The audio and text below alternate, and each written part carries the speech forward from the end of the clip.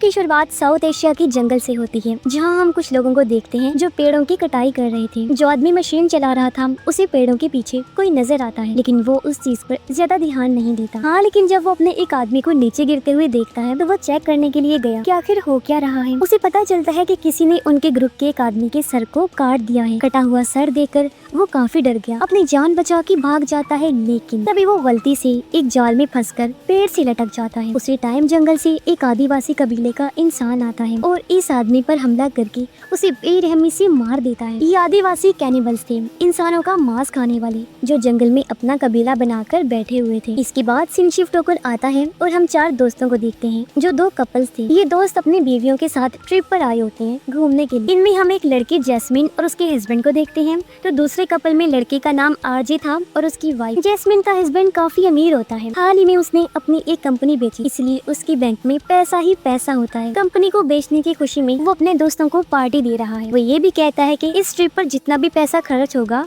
वो सब मेरी तरफ से होगा। अब अगले दिन सभी लोग पूरी तैयारी के साथ जंगल में घूमने के लिए जाने वाले होते हैं। इन सब को लेने के लिए यहाँ पर एक गाइड आता है जो इन्हें जंगल के अंदर ले जाकर हर जगह घुमाएगा। इन लोगों ने जंगल के अंदर कश्ती के जरिए जाना था, इसलिए गाइड सबसे पहले इन सबको कश्ती चलाना सिखाता है। कुछ देर बाद गाइड इनसे कहता है कि अगर तुम सब लोग इस सफर को यादगार बनाना चाहते हो तो मुझे तुम सबसे 2 दिन का वक्त चाहिए। मैं तुम्हें जंगल के अंदर पूरे 2 दिन तक घुमाता रहूंगा और सब कुछ दिखाऊंगा। जिस बात पर सब दोस्त कहते हैं कि ठीक है, हमें कोई मसला नहीं है, वैसे भी हम यहाँ घूमने के लिए ही तो आए हैं। इसके बाद गाइड इन सबसे फोन ले लेता है क्योंकि वो चाहता है कि सब लोग सफर का मजा ले, जंगल की सैर करें, ना कि यहाँ फोन चलाकर एंजॉयमेंट को मिस करें। अब सब लोग अपना फोन जमा करवा देते हैं, लेकिन आरजे अपना फोन नहीं देता। उसका फोन अभी भी उसके पास ही था और अब ये लोग कश्ती में बैठते हैं और जंगल की तरफ आगे जाने लगते हैं। गाइड इनको बताता है कि जंगल में कुछ ऐसी चीजें भी हैं जिनसे हम दूर ही रहें तो हमारे लिए बेहतर होगा। तुम लोगों ने शायद सुना होगा कि जंगल में पहले कैनिबल आदिवासी रहा करते, लेकिन सच तो ये है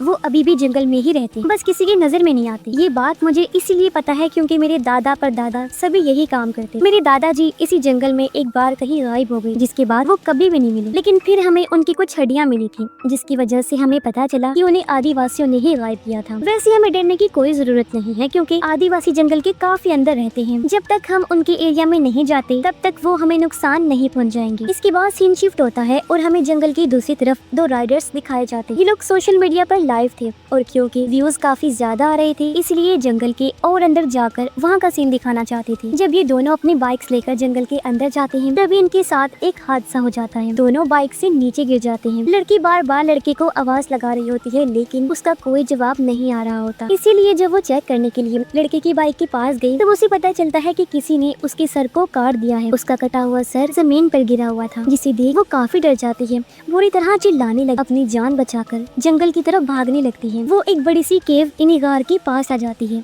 उसे लगा कि यहाँ कोई मदद मिल जाएगी, मगर यहाँ कोई नहीं होता। तभी हम उस लड़की के पीछे एक आदिवासी को देखते हैं। अब लड़की ने जब पीछे मुड़कर देखा तो वो गायब हो चुका था। तभी वहाँ पर कोई आ जाता है जो हेलमेट को अंदर फेंकता है और ये हेलमेट उसके दोस्त का ही था। अब ये लोग और कोई नहीं बल्कि आदिवासी ही थे, जिनके हाथों में हथियार भी थे और अब यहाँ वो उस लड़की को भी जान से मार देते हैं। उधर जंगल में वो लोग अपने सोने का इंतजाम कर रहे थे क्योंकि 2 दिन तक यही रुकने वाले। रात के वक्त जब गाइड और आरजे की वाइफ दोनों एक साथ बैठे हुए थे तो गाइड उसे जंगल के बारे में बातें बताता है। कहता है कि आज तक जितने भी लोग जंगल काटने आए हैं वो कभी जिंदा वापस नहीं गए क्योंकि यहाँ रहने वाले आदिवासी अपने जंगल को बचाना चाहते। कुछ दिन पहले भी कुछ लोग पेड़ काटने आए थे, लेकिन वो भी जंगल से गायब हो गए। ये दरअसल वही सीन है जिसे हमने शुरुआत में देखा। आदिवासी सिर्फ तभी नुकसान पहुंचाते हैं जब हम उन्हें तंग करते हैं। अगर इंसान उनसे दूर रहे तो वो हमें कभी चोट नहीं पहुंचाएंगे। खैर रात हो गई थी इसलिए सब लोग सोने के लिए चले जाते हैं, जहां हम कुछ देर के बाद जैस्मिन को देखते हैं जो उठकर वॉशरूम करने जा रही होती है, लेकिन पीछे से आरजे आकर उसे पकड़ लेता है, जिससे हमें पता चला कि दोनों का एक दूसरे से ताल्लुक है और अपने पार्टनर्स को वो धोखा दे रहे हैं। जैस्मिन आरजे से कहती है कि मैंने ये ट्रिप इसीलिए प्लान किया था ताकि तुम सबके सामने हम दोनों के बारे में सच बता सको। आखिर कब तक मैं चुप कि तुमसे ऐसे मिलती रहूं? तुम्हें खुद ही इन लोगों को हमारे प्यार के बारे में बताना होगा। इस पर आरजे कहता है अभी नहीं, ये वक्त सही नहीं है क्योंकि मेरी वाइफ के डैड अपनी कंपनी मुझे देने वाले हैं, इसलिए हमें थोड़ा और इंतजार करना चाहिए। ये सुनकर जैस्मिन को समझ आ जाता है कि आरजे अपनी वाइफ को छोड़ने वाला नहीं है और ये बात सच भी, वो उसे धोखा ही दे रहा था। लेकिन जैस्मिन सीरियस, वो सच में उससे प्यार करती थी, अपने हस्बैंड को छोड़कर उससे शादी करना चाहती थी। फिर जैस्मिन आरजे से नाराज होकर वहाँ से चली जाती है और वो भी सोने के लिए वापिस आ जाता है। अब उन दोनों दोनों को लगता था कि जो कुछ वो कर रहे हैं उसके बारे में किसी को कुछ नहीं पता, लेकिन आरजे की वाइफ और जैस्मिन के हस्बैंड को सब पता था कि ये दोनों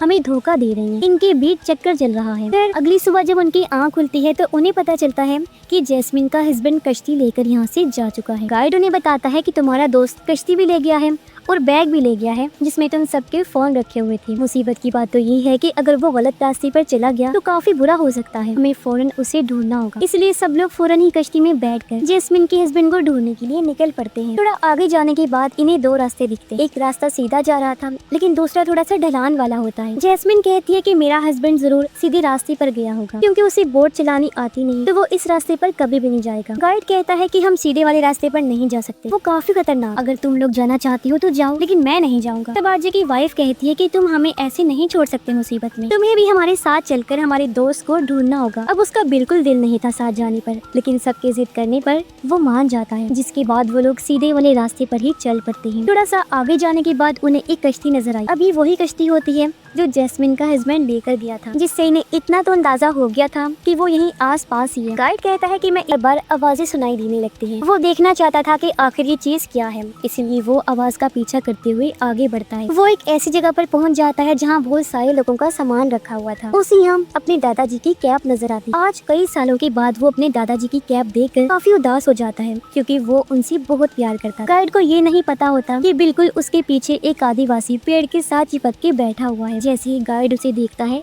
अपनी जान बचाकर भागने लगता है। वो फौरन ही कश्ती में बैठकर यहाँ से निकलने लगा, लेकिन बेचारा ज्यादा दूर तक भाग नहीं पाता। एक आदिवासी पानी में से निकलता है और अपने बड़े सी चाकू से उसके गले को काट देता है। उधर वो लोग जंगल में आगे बढ़ते रहे, उसी बड़ी सी केव के पास आ जाते हैं। तभी अचानक से वहाँ जैस्मिन का हस्बैंड भी आ गया, जिसे देख ये लोग डर जाते हैं लेकिन खुश भी थे। ये शुक्र है वो वापिस आ गया है और ठीक है। असल में रात के वक्त जैस्मिन और आरजे के दरमियान जो हुआ था उसी को लेकर वो नाराज था और अकेला ही कश्ती लेकर घूमने निकल गया, लेकिन वो इन सबसे झूठ बोलता है कि उसका बस घूमने को दिल कर रहा था, इसीलिए वो अकेला आ गया। खैर ये लोग वापस उसी जगह पर जाते हैं जहाँ गाइड इनका इंतजार कर रहा है, लेकिन उसे वहाँ ना पाकर इन्हें लगता है कि गाइड उन्हें छोड़ के चला गया है, मगर उसका चाकू वहीं गिरा हुआ था जो आरजे को मिल जाता है। जिसके बाद ये लोग भी कश्ती में बैठकर आगे बढ़ जाते हैं। थोड़ी ही दूर जाने के बाद इन्हें गाइड की कश्ती नजर आई, जिस पर बहुत सारा खून लगा होता है। इन्हें एक बर्तन भी नजर आता है जिसमें पानी गर्म हो रहा था। इन लोगों को वो बैग भी मिल जाता है जिसमें इन सब के फोन्स थे, लेकिन जब भी लोग बर्तन के करीब जाके देखते हैं तो इन्हें उसके अंदर गाइड का कटा हुआ सर मिलता है, जिसे देखकर इन लोगों की डर की वजह से बुरी हालत हो जाती है। वो फौरन कश्ती में बैठकर वहाँ से भागने लगते हैं, लेकिन मुश्किल की बात तो ये थी कि रास्ते में एक पेड़ गिरा होता है। तो सबसे पहले ये लोग कश्ती को उस तरफ भेजने की कोशिश करते हैं, लेकिन तभी पानी के अंदर से एक आदिवासी निकलता है जो आरजे पर हमला कर देता है। इन दोनों की लड़ाई होने लगी और जैसे आरजे को मौका मिलता है वो आदिवासी पर चाकू से हमला कर देता है, जिससे आदिवासी काफी जख्मी हो गया। वो पानी में जा गिरा और उसकी मौत हो जाती है। इस बीच इनकी कश्ती भी पानी में तैरते हुए काफी आगे निकल जाती है, यानी इनके पास अब कश्ती नहीं थी, इसलिए आगे का सफर इन्हें पैदल ही तय करना पड़ता है। ये लोग जंगल की काफी अंदर होते हैं, इसलिए बाहर निकलना मुश्किल हो रहा था। रात भी काफी हो गई थी, तो ये कल ही आगे बढ़ सकते थे। तो ये लोग इधर ही रुकने का फैसला करते हैं और नारियल पानी पीकर अपना पेट भरते हैं। कुछ टाइम बाद सब लोग तो सो जाते हैं, लेकिन आरजे को नींद नहीं आ रही। उसे मच्छर काट रहे होते हैं। मच्छरों से बचने के लिए वो कीचड़ में जाकर उसे अपने जिस्म पर लगा लेता है और वहीं पर सो जाता है। कुछ देर बाद हम एक आदिवासी को देखते हैं जो इनके काफी करीब आ चुका था। आरजे जब उसे देखता है तो वो धीरे से उठा और पीछे से उस पे हमला कर देता है, लेकिन ठीक तभी आदिवासी उसके सर पर मारता है, जिससे आरजे बेहोश हो जाता है। उसी वक्त जैस्मिन का हस्बैंड भी आया, आदिवासी पर हमला कर देता है, लेकिन उल्टा आदिवासी उस पर भारी पड़ के उसे पेट में लगा। आरजे को जब होश आया तो वो कुछ आदिवासियों को देखता है जो जैस्मिन के हस्बैंड को रस्सी से बांधकर घसीट कर ले जा रहे होते हैं। फिर आदिवासियों के वहाँ से जाने के बाद आरजे उसके पास आकर कहता है कि मुझे माफ कर देना मेरे दोस्त, मैं तुम्हें बचा नहीं पाऊंगा और अगर मैंने तुम्हें छुड़ाया तो उनका ध्यान फिर से हम पर आ जाएगा। तुम फिक्र मत करो, मैं जैस्मिन और अपनी वाइफ को बचाकर ले जाऊंगा यहाँ से। जिसके बाद आदिवासी जैस्मिन के हस्बैंड को अपने अड्डे पर लेकर आ रहा होगा। ये सुनकर दोनों लड़कियाँ खुश हो गयी और अब ये लोग आगे बढ़ने लगते हैं, लेकिन जंगल काफी घना था, इसीलिए इन्हें समझ नहीं आ रहा था कि किस तरफ जाएं। तभी आरजे की वाइफ एक आदिवासी को देख लेती है, जिससे लोग दहशत में आ जाते हैं, अपनी जान बचाकर भागने लगे। अब आदिवासी इनके पीछे पड़ चुके थे और ये लोग भाग रहे। जैस्मिन ध्यान नहीं देती और गलती से एक गड्ढे में गिर जाती है, जहाँ उसके जिस्म में एक लकड़ी घुस जाती है, जिससे वो दर्द में तड़पने लगी। अब उसकी मदद करने के लिए ये पेड़ों की शाखों की एक रस्सी बनाती है, जिसकी मदद से आरजे की वाइफ नीचे गई। वो जैस्मिन के जिस्म से लकड़ी को बाहर निकालती है और उसे लेकर वापिस से ऊपर आ जाती है। जैस्मिन लकड़ी लगने से बुरी तरह जख्मी हो गई, साथ ही उसे दर्द भी बर्दाश्त नहीं हो रहा था। इसके बाद ये लोग पानी के रास्ते से आगे बढ़ते हैं और इन्हें एक कश्ती नजर आती है। उस कश्ती की मदद से इनका काम आसान हो गया था, क्योंकि अब इन्हें पानी में चलना नहीं पड़ेगा। ये लोग आराम से उसमें बैठ के आगे बढ़ने लगते हैं, लेकिन आरजे को एहसास हुआ कि आदिवासी उनका पीछा कर रहे हैं, इसीलिए वो पानी से बाहर निकलकर जंगल की तरफ चला जाता है। वो अपना फोन निकालकर एक वीडियो बनाता है और उसे आवाज के साथ चलाकर एक पेड़ पर रख देता है। उसी वक्त हम एक आदिवासी को देखते हैं जो उस आवाज को सुनकर वहाँ आ जाता है, मगर अचानक आरजे पीछे से आकर उस पर हमला कर देता है। लेकिन हमला करने का कोई फायदा नहीं हुआ, क्योंकि वो बुरी तरह आरजे को पीटने लगता है। आरजे काफी जख्मी हो जाता है,